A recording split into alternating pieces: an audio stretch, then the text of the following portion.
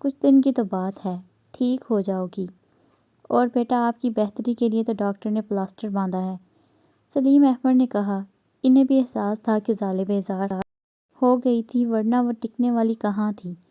اور کیا، بس تھوڑا اور صبر کر لو، اور ویسے بھی میری گڑیا تو بہت بہادر ہے، اس نے پیار سے سمجھایا۔ نجمہ اور سلیم احمد ان دونوں بہن بھائی کی محبت دیکھ کر مسکرا دیے۔ اچھا ارشد، کب تک نکلو گے؟ سلیم احمد کو اچانک یاد آیا تھا، ورنہ زالے کے چکر میں بھول گئے تھے۔ 10 بجے کی فلائٹ ہے پاپا، بس فریش ہو کر کھانا کھا کے نکلتا ہوں۔ کہیں جا رہے ہو ارشد؟ نجمہ نے پوچھا۔ جی ماما، نیروبی جانا ہے، فیکٹری کے لیے کچھ مشینری دیکھنی تھی، اسی سلسلے میں جانا ہے۔ پھر واپسی کب تک ہوگی؟ 1 ہفتہ بھی لگ سکتا۔ بھائی صاحب نے بتایا کب تک جوائن کریں گے تمہیں؟ سلیم احمد کی آج فہیم احمد سے ملاقات نہیں ہوئی تھی آفس میں۔ جی تایا جان نے کہا ہے کہ وہ 1 دن میں وہاں آ جائیں گے، کیونکہ اگر ہم مشینیں خرید لیتے ہیں تو ان کے دستخط تو لازمی ہونے چاہئیں۔ اس کی پوری توجہ سلیم احمد پر مرکوز تھی۔ ارشد تم سمرن کو بھی اپنے ساتھ لے جاؤ، جانے وہاں کیا کھاؤ گے، کیسے خود کی دیکھ بھال کرو گے، مجھے فکر رہے گی تمہاری۔ نہیں ماما، زالے کی طبیعت ٹھیک نہیں ہے، ہاں اگر نیکسٹ ٹائم گیا تو لے جاؤں گا، ویسے بھی آپ کی بہو ہر دفعہ میرے ساتھ جاتی ہے، اس بار نہیں جائے گی۔ ارشد ہولے سے مسکرا دیا۔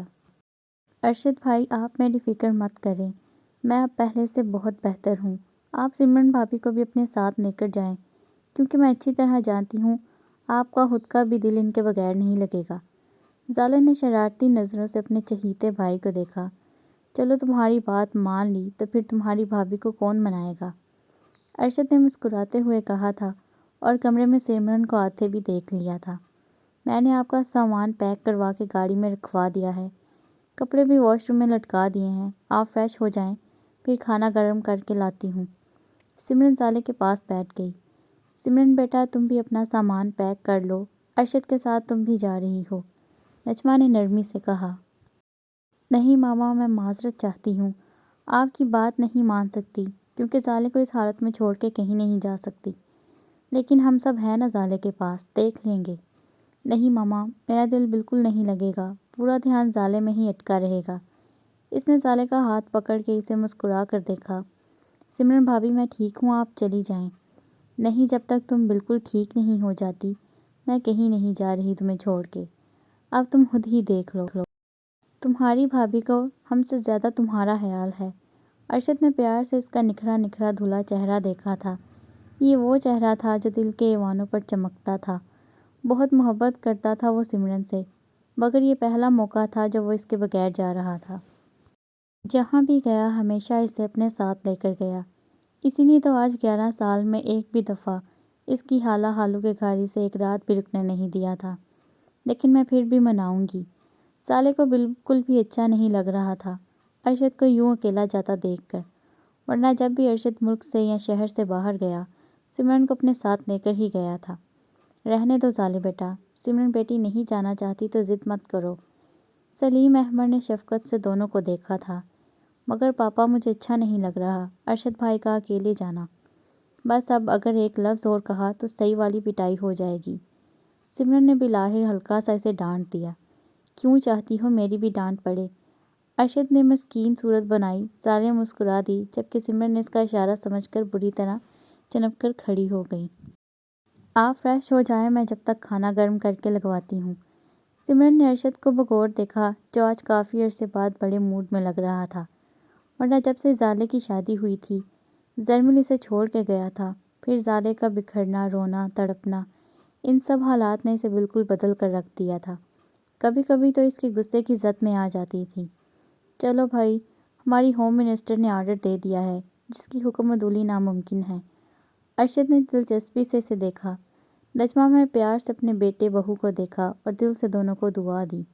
ارشد کو بھی کافی عرصے بعد وہ اس کے پرانے روپ میں دیکھ رہی تھیں اور خوش ہو رہی تھیں۔ بتاؤ ذرا کتنے خوش ہیں؟ دیکھ لیں سمرن بھابھی، ارشد بھائی گھوڑیوں کے ملک جا رہے ہیں۔ ارے ارے، بڑی لڑاکا بلی ہو، میری بیوی کے دل میں شک ڈال رہی ہو۔ ارشد نے مصنوعی گھورا تھا، جس کا زالے پر کوئی اثر نہیں ہوا تھا۔ جی نہیں، یقیناً کوئی تو بات ہے، ورنہ آپ کبھی سمرن بھابھی کے بغیر جاتے نہیں ہیں۔ اچھا ہے نا، تھوڑی سی آزادی ملے گی۔ بلکہ میں تو سوچ رہا ہوں ایک آدھا افیئر چلا کے آؤں۔ ارشد آج فل موڈ میں تھا۔ سمرن نے حیرانی بھری نظروں سے اسے دیکھا تھا، جس کے ہونٹوں پر جاندار مسکراہٹ کھل رہی تھی۔ آپ اسی طرح حیران ہوتی رہیے گا۔ اور ارشد بھائی ہواؤں میں اڑتے جا رہے ہیں۔ مجھے کہہ رہے ہیں کہ شک ڈال رہی ہو اور خود اپنے دل کی بات کر رہے ہیں۔ وہ نیکی میں لکھا جا رہا ہوگا نا۔ نجمہ سلیم احمد جانتے تھے کہ وہ مذاق کر رہا تھا، صرف زالے اور سمرن کو چھیڑ رہا تھا۔ وہ ان کی باتوں سے مسکرانے کے ساتھ ساتھ لطف اندوز بھی ہو رہے تھے۔ تم لوگ باتیں کرو، میں اب آرام کروں گا۔ سلیم احمد اپنی جگہ سے کھڑے ہوئے اور پھر ارشد کو مخاطب کیا۔ ارشد، اگر کہو تو میں ایئرپورٹ تک چھوڑنے چلوں؟ ارے نہیں پاپا، میں چلا جاؤں گا، ڈرائیور چھوڑ آئے گا۔ آپ آرام کر لیجئے، تھک بھی گئے ہوں گے۔ ارشد کو ان کی تھکن کا خیال تھا۔ چلو جیسا تم بہتر سمجھو۔ اوکے بیٹا، پھر میری طرف سے گڈ نائٹ۔ وہ زالے کے پاس آئے اور اس کے سر پر ہاتھ رکھا تھا۔ اوکے پاپا، گڈ نائٹ۔ زالے دھیرے سے مسکرا دی۔ میں بھی چلوں؟ آپ کو ایک کپ گرم کافی دوں پھر واپس آتی ہوں۔ نجمہ بھی کھڑی ہو گئی۔ اسی اثناء میں مکسوم بھی وہاں چلی آئی، سب کو سلام کیا اور زالے کے پاس آ بیٹھی۔ بیٹا آپ یہاں زالے کے پاس ہو؟ انہوں نے مکسوم سے پوچھا۔ جی ممانی جان، آپ بے فکر ہو کر جائیں، میں صبح تک زالے کے پاس ہوں، اس نے دھیرے سے مسکراتے ہوئے کہا۔ نجمہ نے اس کی مسکراہٹ کا جواب دیا اور سلیم احمد کے پیچھے چل دیں۔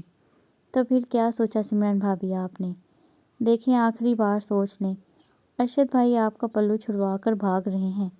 زالے نے بات کو وہیں سے پکڑا جہاں سے سٹاپ کر دیا تھا۔ سب سمجھ رہی ہوں تمہارا ارادہ بھی اور تمہارے بھائی کا بھی، مگر میں پھر بھی کسی صورت نہیں جا رہی ہوں، اور اس سے پہلے کہ ٹائم ضائع کرو میں ہی چلی جاتی ہوں۔ ان دونوں پر ایک نظر ڈالتی وہ کمرے سے نکل گئی تھی۔ سوری ارشد بھائی، آپ کو اکیلے ہی جانا پڑے گا۔ زالے نے اتنی معصومیت سے کہا کہ وہ زور سے ہنس دیا اور ہلکے سے اس کے سر پر چپت لگائی۔ بے وقوف، تم جانتی ہو نا کہ سمرن تمہیں کس قدر چاہتی ہے۔ میں جانتا تھا کہ وہ کبھی بھی تمہیں اس حالت میں چھوڑ کے نہیں جائے گی۔ مگر ارشد بھائی، مجھے بالکل بھی اچھا نہیں لگ رہا۔ آپ کا خود کا دل بھی تو نہیں لگے گا۔ کوئی بات نہیں، نیکسٹ ٹائم، مگر ہاں تمہاری دوسری بات پر ضرور غور کیا جا سکتا ہے۔ وہ مسکراتے ہوئے بولا۔ کون سی بات؟ وہ ناسمجھی کی کیفیت میں اسے دیکھنے لگی۔ ارے دل لگانے والی، ہاں ایک آدھا افیئر چلا کر دل لگایا جا سکتا ہے۔ ارشد بھائی، وہ اپنی سبز آنکھیں پھیلا کر دھیرے سے چیخی۔ ارے یار مذاق کر رہا ہوں، بھلا تمہاری بھابھی سے بھی زیادہ کوئی اچھا ہو سکتا ہے۔ وہ ہلکے سے ہنس دیا۔ چلو اب ایسا ہے، تم آرام کرو، میں بھی فریش ہو کر نکلوں گا۔ وہ کھڑا ہو گیا۔ ٹھیک ہے، فی امان اللہ۔ اس نے مسکرا کر دعا دی۔ اوکے، اللہ حافظ۔ مکسوم جتنا حیران ہوتی کم تھا۔ وہ پہلی بار ارشد کو یوں ہنستا ہوا دیکھ رہی تھی، بلکہ مذاق کرتا ہوا دیکھ رہی تھی، ورنہ ارشد کو جب بھی دیکھا سخت انداز میں ہی دیکھا، چہرے پر معمولی سی مسکراہٹ تک نہیں دیکھی تھی۔ ارشد بھائی کو مسکرانا بھی آتا ہے؟ دل کا سوال زبان تک آ ہی گیا۔ حیرانی بھری آنکھیں زالے پر تھیں۔ زالے نے مکسوم کو دیکھا۔ زالے نے ایک سرد سانس کھینچی۔ پہلے ارشد بھائی ایسے نہیں تھے، بہت ہنس مکھ تھے، ہر وقت مجھے چھیڑتے اور ماما پاپا سے ڈانٹ کھاتے تھے، لیکن میری شادی کے بعد سے بہت بدل گئے ہیں، بہت ریزرو ہو گئے ہیں۔ جانتی ہو ان کا غصہ شروع سے ہی بہت زیادہ ہے۔ ہمارے گھر دو لوگوں کا ہی تو غصہ بہت زیادہ تیز اور خطرناک ہے، ایک ارشد بھائی کا اور ایک زرمیل کا۔ مجھے ان دونوں سے بہت ڈر لگتا ہے۔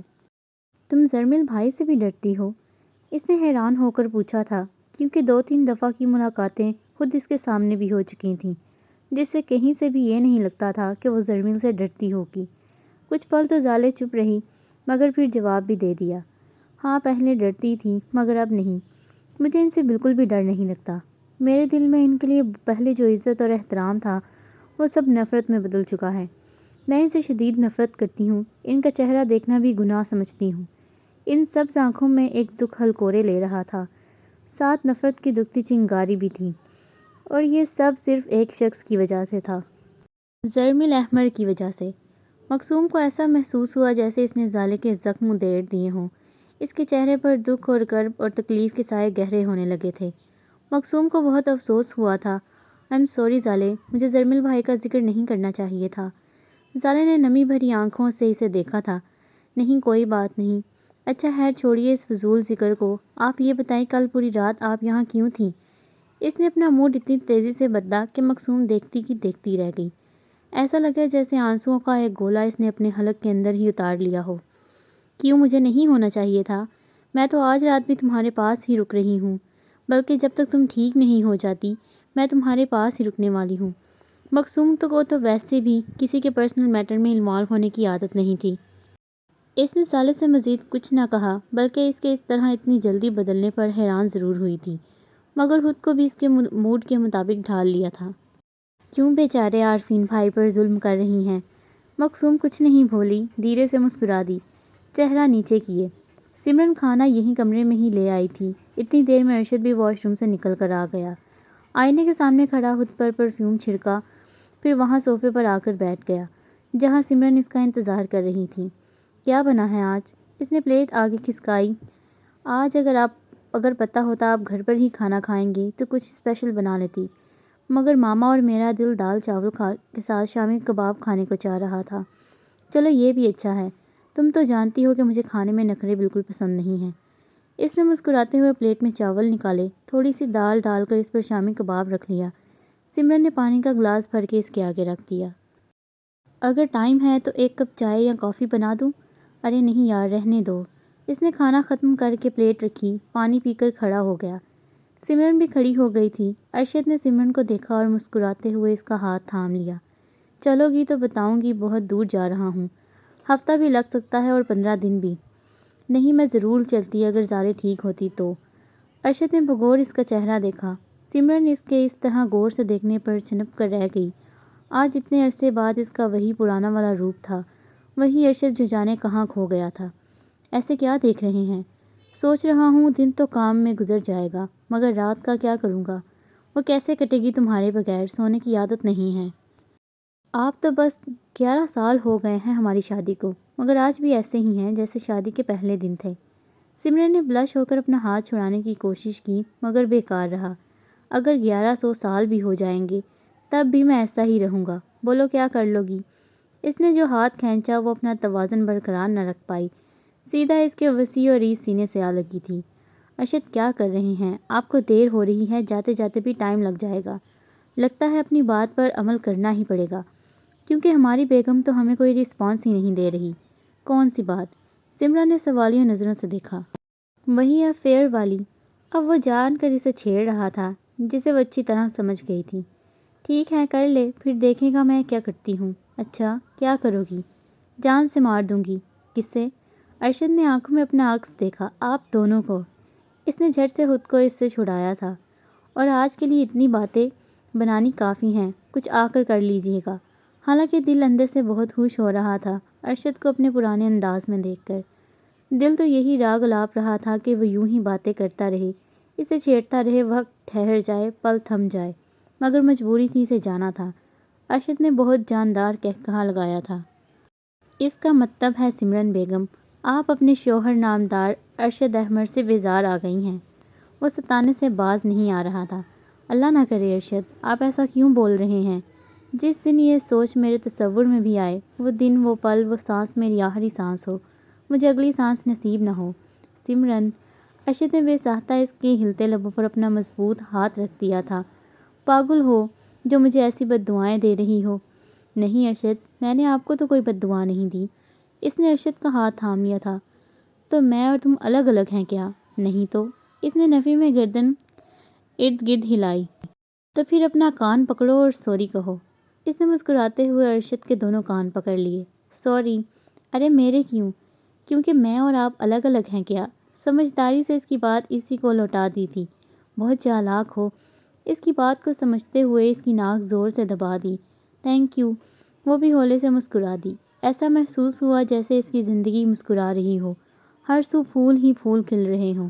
وہ جو کچھ عرصے سے ارشد سے ہائف تھی، نالا تھی، وہ اس ایک پل میں مٹی کے ڈھیر ہوئے اس دل شیشے کی طرح چمک رہا تھا، اور اس شیشے میں ایک ہی عکس جھلملا رہا تھا ارشد احمد کا۔